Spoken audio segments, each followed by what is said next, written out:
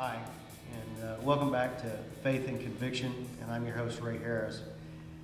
And I've really been motivated to come back to this pool. And we talked about this pool in a previous video, and then we went and we looked at the parable of the madman by Friedrich Nietzsche. And I've been watching some videos online, and I'm seeing some lamenting of Christians around the world. And we're contemplating the church in ways that we've probably not thought about it in decades or maybe even centuries. And that's really actually very good, because it makes us wonder, who is the church and what is the church and what is the church supposed to do and how are Christians supposed to live.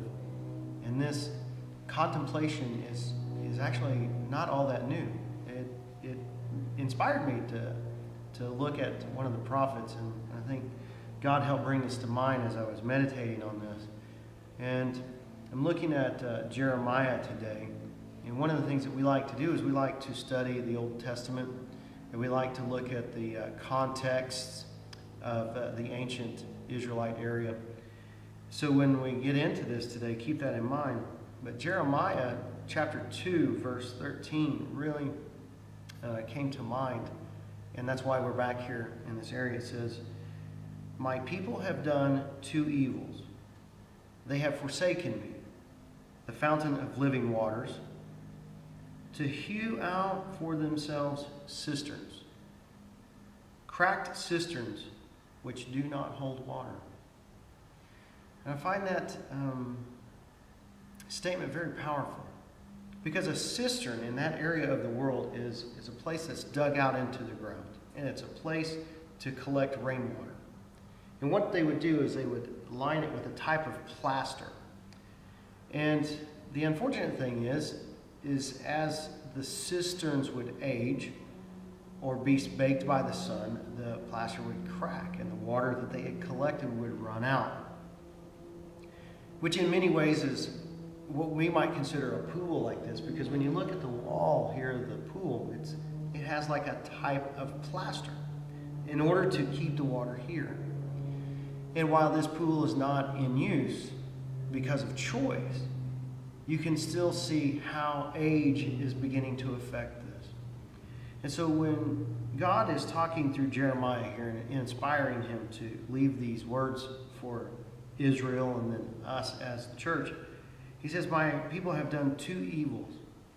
They have forsaken me," and God calls himself the fountain of living waters. And sometimes we would rather collect water and hold water and have it for our own keeping, because we think we're going to be a better steward of holding it than allowing God to provide it to us. But he says here, they cut out for themselves cisterns, and these things became cracked. So they gathered the water, and then they held the water, but then that water disappeared because of the cracks.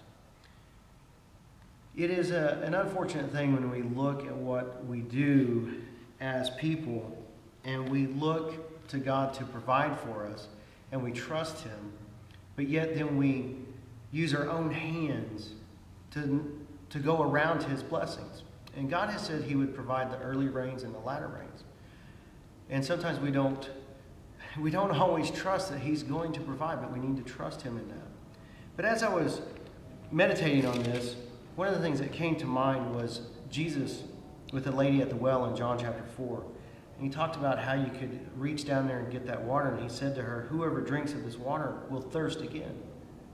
But he said, whoever drinks of the water that I shall give him shall never thirst. But the water that I shall give him shall be in him a well of water springing up to everlasting life."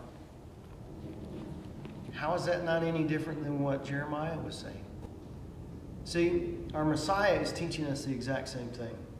Don't build spirituality for yourself. Don't build churches built on man's hands, because they will crack and the life will flow out of them. But we want to build on what God has provided, on what he's provided through the Messiah, Yeshua, so we can have these blessings that God promises.